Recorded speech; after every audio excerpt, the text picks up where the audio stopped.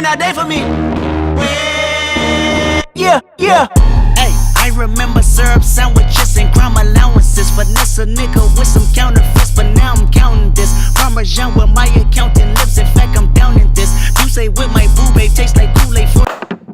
Бүгін біз көп болды түсірмегенімізді, сондықтан біраз нәрселер сөйлесетін әңгімелеріміз жиналып кетті. Сол жайлы сөйлесіп ақылдасып көрейік. Ұлтшыл жағынан әрине біздің көзқарасымыз саяси ұлтшылдық. Ол жайлы айтып кеттік, не екенін, қалай екенін, ұлтшылдық деген не екенін біздің түсінігіміз бойынша. Едіге қандай мәселелері бар сенің ойыңша осы жақында осы 2-3 аптаның ішінде болған біздің елде және біздің елмен байланысты? Қазіргі таңда біз енді көріп отырмыз, Facebook желісінде біз отырмыз, бәрін көріп жүрміз, жаңалықтарды бәріміз оқимыз, көріп отырмыз. Мәселелер біздің елімізде көп. Соңғы мәселе ол жанармайдың қымбаттауы, одан кейін басқа да мәселелер білім саласында. Бірақ та біз қазіргі кезде басқа мәселені көтерейін деп едік. Бүгінгі таңда егер де естеріңізге сала кетейін, осы жазда біз башқұрт ағайындарымызды, біздің достарымызды қалдадық. Олармен сол соңғы келіп жатқан ақпарат бойынша осы 16 қыркүйекте Башқұртстанда тілге қатысты митинг өткізілді. Сол себепте митингтен кейін осы башқұрт белсенділерін, ұлтшыл белсенділерін тіл сақтауға шыққан азаматтарды оларға қарсы әрекеттер басталыпты. Осы кеше репрессия басталды. Соңғы кезде біздің естуімізше ВКонтакте желісінде башқұрт қоғамның парақшасына шабуыл жасалды.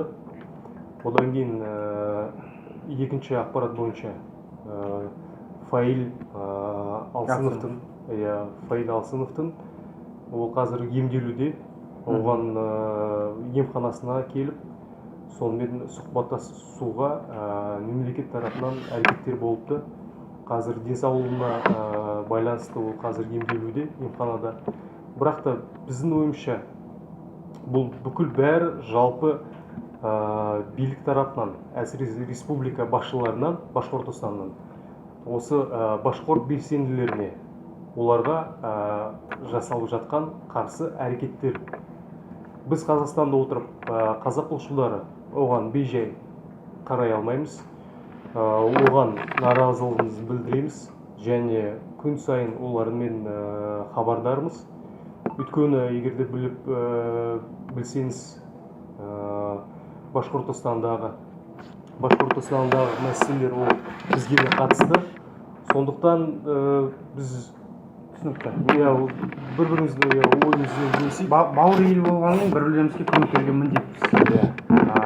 Біріншіден мен айтайын дегенім, едіге осы тарих жайлы біздің енді бәріміз білетін шығармыз, соның қазір тарихқа оралып, оның бәрі қайтадан ескісіне түсіндіру қажет жоқ. Біз екеуміз бауыр елміз. Мәдениет, тілі, дініміз қалай болса да ішінде араласып жүрген өзіміздің қатты жақын ел болып тұрмыз. Түрлерімізде де ұқсайды. Жақында мен башқұртпен мен қазақ деген екі ойын болып қосылып кездескен кезде, бізде қазақ келген кезде біріміз айырылмай қалғандай жағдайда болды. Көп адамдар шатасыпты. Сондықтан башқұрт еліміздің қазір тарихқа оралып, бәрін қайтадан еске түсіндіру біздің көрермендерге қажет жоқ деп ойлаймын. Бәрін біліп отыр, білмей жатса да интернет қазір Википедияда және Гуглда да көмек береді. Қысқаша былай айтып кетейік, тарихымыз жақын арада ұқсас болғанымен олар біздің жолымызды қайталап келе жатыр. Себебі қысқаша заманда дәл сол жағдай бізде де болған. Содан басталған негіз тіл даму процесті тоқтатып, және башқұрт тілді кезінде, қысыру кезінде қазақ тілді жол жапқандай сияқты мектептерде, жоғары білім оқу жерлерде, мемлекеттік орындарында кезінде КСРО кезінде қазақ тілді де жол жапқан десек, дәл қазір Башқұртстанда жол жауып жатыр. Соның алдында көбірек провокация болған. Башқұртстан себебі бекерден бекер ешқай жерде өзімен өзі 3000 адам жиналып шыға алмайды. Ол әсіресе біздің Ресей, Қазақстан, Беларусь елдерде адамдар өзімен өзі жинала бермейді, ол демократиялық процесске үйренбеген. Өзімен өзінің құқығын айтып шығарып көшеге шығып үйренбеген. Сондықтан меніңше бұл 3000 адам ол әлі шыны керек КСРО құлаған заманнан бастап Ресейде ондай көп адам жиналып тек шешен конфликті болған шығар, иә, мысалы шешендермен сондай дәреже жеткен. Бірақ 3000 адам жиналу бір республикада басқа ұлты адамдар жиналмаған менің есімде жоқ. Мысалы Татарстанның өзінде де қанша тәуелсіздікке айғайлап, олардың ақсақалдар мен олардың қолбасшылары сұраған кезде ондай болмады. Сен мысалы қалай ойлайсың, сол шынымен провокация етіп Ресейдің өзі сондай жағдайға келіп тұр, немесе Башқұрттың елі тәуелсіздікке дайын болып тұр ма, әлде Башқұрт елдің көзқарас сана сезімі оянып, өз-өзі құқығын сұрап деген жағдайға келіп тұрмыз ба? Әрине, дұрыс айтасың. Ол осы мәселенің ішкі несіне себебіне үнемделу керек та. Менің ойымша, не себепті 3000 адам Уфа қаласында жиналған. Өйткені біздің естуімше, біз өйткені өз көзімізбен көрген жоқпыз, бірақ та естіп отырмыз, және осындай жалпы шешімге келіп отырмыз. Өйткені басты себеп республика басшысы және федералды үкіметі, ол республика басшысы Рустем Хамитовтың тарапынан башқұрт тіліне қысым жасалып жатыр. Қай себепті? Өйткені не себепті дегенде, өйткені біздің білуімізше ол мектеп жағынан жалпы білім беру саласында башқұрт тілін ерікті түрде үйренуге болады. Ол мектеп несінде пәнде аптасына 1 сағат оқытылмақшы. Одан кейін не үйренуге болады? Не үйренуге болады? 1 сағатта, 1 аптада. Одан кейін балалар, оқушылар, Башқұрт Республиканың азаматтары, Башқұртстан Республикасының азаматтары өз еркімен оқи алады. Ол жаңағы айтқанымыз башқұрттарды басқа көшіп келген ұлттармен теңесу. Ол кішігірім шуаш болсын, мари болсын, татар болсын, басқа да кішігірім ұлттармен теңесуі. Бірақ та бұл федеральдік республика, ол Башқұртстан, онымен санасу керек, әсіресе сол жергілікті ұлтпен санасу керек. Және башқұрт тіліне ешбір қысым жасалмау керек. Бірақ та соны басшысы Рустем Хамитов онымен сен оны айтып кеттің, Башқұртстан не сұраған екен? Мен бірақ сұраған, біздің көрермендерден сұрап жатқан мынандай сұрақты ойлаймын. Жалпы Путиннің өзі Ресейдің басшысы және соның қасында енді өз қойған адамдар ғой, Хамитов сияқты және басқа республиканың адамдары, сол саясаты басқа елдердің, басқа республикалардың автономияны азайтып және қалай болса да ұлт сана сезім көзқараларын азайтып жоқ қылу ғой аяғында. Соның бастаған мысалы кезінде президент деген қызметті алу, оның алды республиканың басшысы болды. Соны мысалы Хамитовтың өзі қойған әдеті ол таза көрсетіп тұрған саясат қой, бұл Башқұртқа қарсы болған, оның бәрін түсіндірміз. Бірақ сұрақ былай болған еді, қалай ойлайсың, Башқұрт ел дайын ба, сана сезім көтеріліп осындай бір жаңа өзгерістерге? Себебі ол тек қана Башқұртстан емес, Татарстанның да болып отыр, Чувашстанның да болып отыр, Дағыстанның өзінде де өмір болмаған нәрсе болып отыр. Мысалы, Чеченстан мен Ингушетияны бөлек алып тұрсақ, мысалы Кавказда Коми болсын, Калмыкия, Тыва, тек қана Саха немен Башқұртстанның екеуіне қарсы шыға бастап отыр. Мысалы, қазір ішкі автономия мемлекеттердің, автономия республикаларының ішінде тілдерін үйретпеу деген бағдарлама Ресей арқылы өндіріп отыр. Тек қана орыс тілін республикалық мемлекеттік тіл ретінде ғана саналады. Қалған тілдер мен сілбей нетілмей. Негізі олардың конституция бойынша, сол Ресейдің конституция бойынша, сол Башқұртстанды мысал ретінде алып тұрсақ, сол Башқұртстан түгел жерінде екі тіл болу керек. Бірақ ол әрине ол жоқ болып тұр. Тек қана орыс тілі жүріп отыр. Соны мысалы сұрақ бар болды. Қалай ойлайсың, сол башқұрттар шынымен сондай сана сезім оянып көзқарасы сондай кең болып ашылды ма, әлде ол басқа себептен ба осылай 3000 адам жиналды? Неге басқаша деп жиналды? Ол дұрыс айтасың. Негізі Уфадағы болған митинг, ол нені көрсеткіші? Ол халықтың сана сезімі енді көтерілді, есейді деп айтуға болады. Содан кейін басты себеп әрине жаңа сен айтып кеткен әрбір федералдық субъекттегі адамдар және ұлттық автономиялар орталық билік Мәскеудегі олармен санасу керек және олардың құқықтарын мен ойынша егер оны автономия алып тұрса, автономия алып тұрса, олардың құқықтарымен санасу керек және оны кең құқықтарын жасау керек. Әрине, әрбір мысалы біз біліп отырмыз, Татарстанмен жеке келісім болған. Бұл келісім бойынша Татарстан әрбір уақытта референдум өткізе алады. Бірақ та ол келісімді менің естуімше бір қатарлы Ресей тарапынан, Мәскеудің тарапынан олар создырған жоқ. Оның нені көрсеткіші? Ол ұлттық автономиялармен олар санаспайды. Әрине, ол түсініп тұр ғой. Мысалы, қалай ойлайсың? Башқұртстан сана сезім оянды, ол түгел елдің бірақ қана Ресейдің дәл ортасына тұрған бір елдің сана сезім оянғанның себебі қандай фактор болып тұр? Мүмкін біздің бана айтып кеткен мен башқұрт организацияның еңбегі бар ма? Себебі мысалы өзіңде білесің, Татарстанда да қаншама ұлтшыл қозғалыстар болды, бірақ олардың бәрі бірлігімен қырылысы, бірлігімен сөз таппай, бірлікке жетпей, таза өзінің еңбегін көрсете алмай қалды, мысалы. Басқа жерлерде де. Қазір сол Башқұртстан алға басып отыр. Түгел Ресейдің ішінде, мысалы, шешендерден қарағанда, мысалы, дәл қазір Башқұртстанның дәрежесі жоғары болып тұр. Башқұрттардан. Бір жағынан да жоғары болып тұр, одан кейін бізге жақын болып тұр. Біз егерде бәріміз түсініп жатырмыз, Башқұртстандағы қазіргі жиналған және қазіргі қалыптасқан қоғам, башқұрт қоғамы, олардың жіктерін біз өзіміз танимыз жақсы.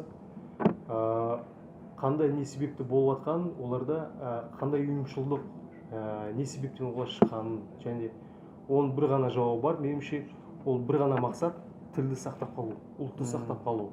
Әрине біз бәріміз көріп отырмыз, қазіргі кезде өте қиын жағдай, күрделі жағдай, бірақ та сол күрделі жағдайдан шығу үшін осы әрекеттерді, осы амалды жасап жүрген ол башқұрт қоғамы.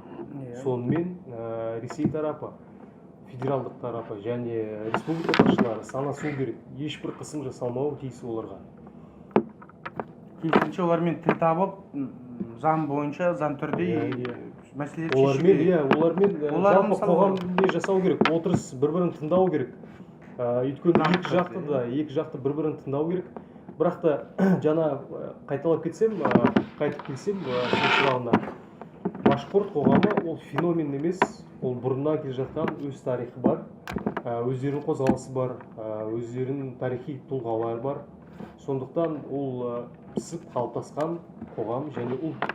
Сол ұлттың әрбір Ресейдегі тұрып жатқан ұлттың өз зиялылары бар. Кейбір кішігірім ұлттар болса да, ұлыстар болса да, олардың да зиялылары бар. Сондықтан мен ойлаймын, олардың белсенділігінде өз құқықтарын қорғауға Ресейдің ішінде. Ең күлкілі жағдай меніңше, ол кезінде бізде де біздің басымыздан өткен нәрсе. Башқұрттар таза Ресей Федерацияның азаматтары. Сонда олар өз-өзінің азаматтарын қысып отыр.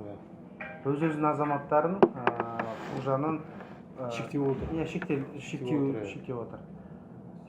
Сонда Ресей Федерацияның қазіргі саясаты солай болып тұр. Өз-өзінің азаматын шектеп, қысып, дамытпай неткен болып тұр. Ол біздің көзімше, яғни біздің ең жақын көршіміз, біз қалай үйреніп қалдық, стратегиялық көршіміз, стратегиялық біздің досымыз деп айтады ғой. Мәңгілік досымыз. Мәңгілік дос иә, қалай болса да сол көршіміздің саяты осылай болып тұрса енді бізге де ойланатын зат болып тұр.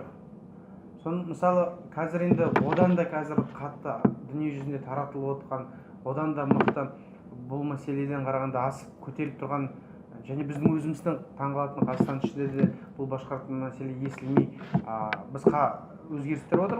Өте ұқсас бір жағынан ол Испанияда Каталонияда мысалы референдум өткізілді. Олар мысалы тілде де емес, олар түгел таза тәуелсіз болғым келіп тұр дейді.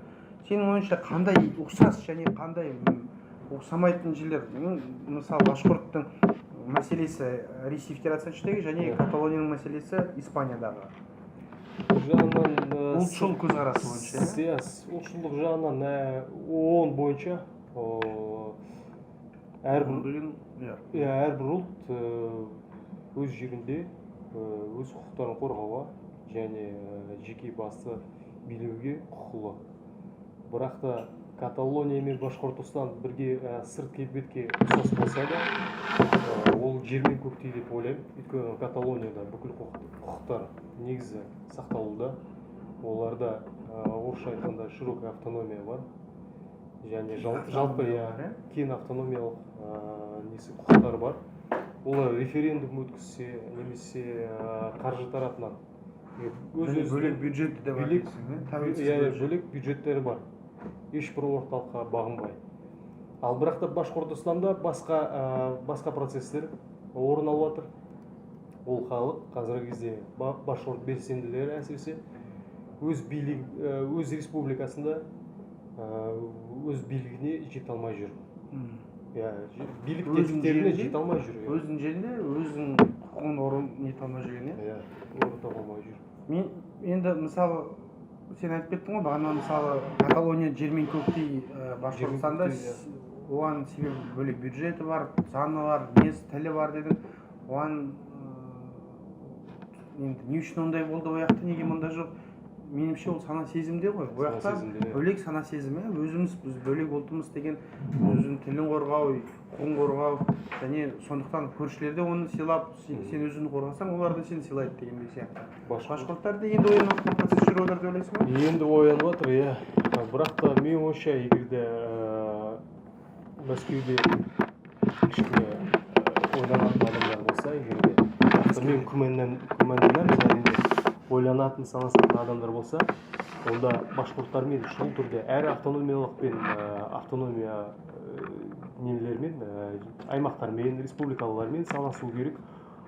Одан кейін, бірақ та Башқұртстан мен Каталонияның қандай айырмашылықтары бар дегенде, башқұрттардың әсіресе күресі өз ұлты үшін, жан сақтау үшін, өз тілін сақтау үшін. Ал Каталонияда референдум, ол ең басты мәселе, ол әрине тәуелсіздік және қаражат тарап. Ең басты сұрақ бұл қаражат. Яғни Испанияның бағынды емес деген. Бағынды емеспіз, және бүкіл ақша сол келіп жатқан. Мысалы, біздің қазақ ұлтшылдардың көзқарасымыз, мысалы, болашақ жайлы, қандай болашақта перспективалар болуы мүмкін, егер бұл мәселе шешілмесе, заң түрде, егер сен өзің айтып кеткендей сияқты күмәніміз бар ғой, бізде Мәскеуде ақылды адамдар бар екен деп. Егер ол жақта ақылды адам табылмаса шынымен, егер оларда ақыл шешім табылмай қалса, сол үйренген мәселесімен солай шешіп бұл мәселені шешсе, олар адамды қорқытып, түрмеге салып, жол жабып деген сияқты. Сондай 7 жыл солай шешіп кетіп қалған мәселелердің бәрін. Олар қазірде сөйтіп шешіп кетсе, қандай болашақ вариант, қандай болашақ перспективалар бар бұл мәселенің? Мысалы, сенің ойың бойынша, ұлтшылдың ойы бойынша. Біз қазақ ұлтшылдарының көзқарасы бойынша енді мен жалпы айта алмаймын, енді өзіміздің көзқарасымыз бойынша Башқұртстанның жүріп жатқан процестеріне біз енді сырт көзбен ғана қараламыз.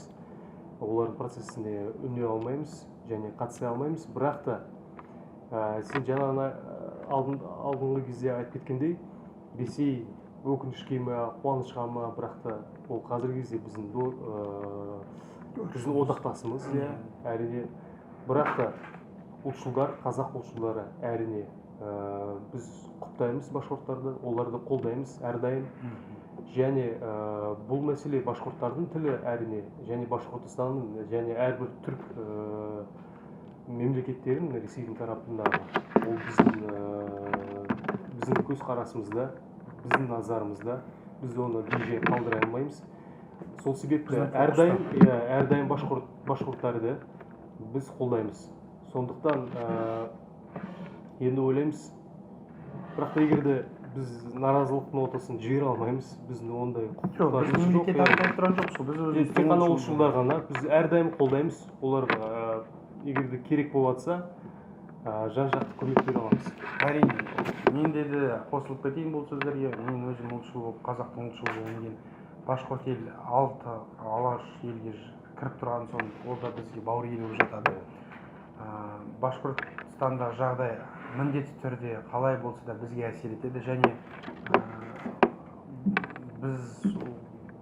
біздің мысалы үмітіміз бұл мәселе бейбіт түрде, заң түрде шешілсе екен, және бұл заңда олардың сұраныстары орындалып, башқұрт тілді қайтадан мемлекеттік дәрежеге әкеліп, конституцияның заңы бұзылмай, мектептерде және жоғары білім жерлерде және қайда болса да Башқұртстанның әр жерінде башқұрт тілі қысым көрмей, шектелмей жүрсе екен деп бізде соны ұсынамыз. Мысалы, сондықтан мысалы бағанағы сияқты провокациялар айтып келеді, мысалы Уфада, Акимат және басқа мемлекеттің ғимараттарының қасында Башқұртстанның байрағы әрқашан шешіліп немесе мүлдем жоқ болып алып тасталып тұрады. Тек қана Ресейдің байрағы. Сондай ел бөлінетін нәрселер және басқа қосымша мысалы орыс марш деген провокациялар болмай жатырса, сол елде қаншама ұлт болса да, қаншама не болса, сол Башқұртстанда, башқұрт жерінде бәрі бейбіт тұрған бізге де ең дұрыс. Бізге де ол жағынан дұрыс, біз де алаңдаймыз, біздің назарымызда әрдайым біз оларды қолдаймыз, және өз қолдауларымызды саммитімізде жолдап жатырмыз әрдайым. Сондықтан башқұрт бауырларымызды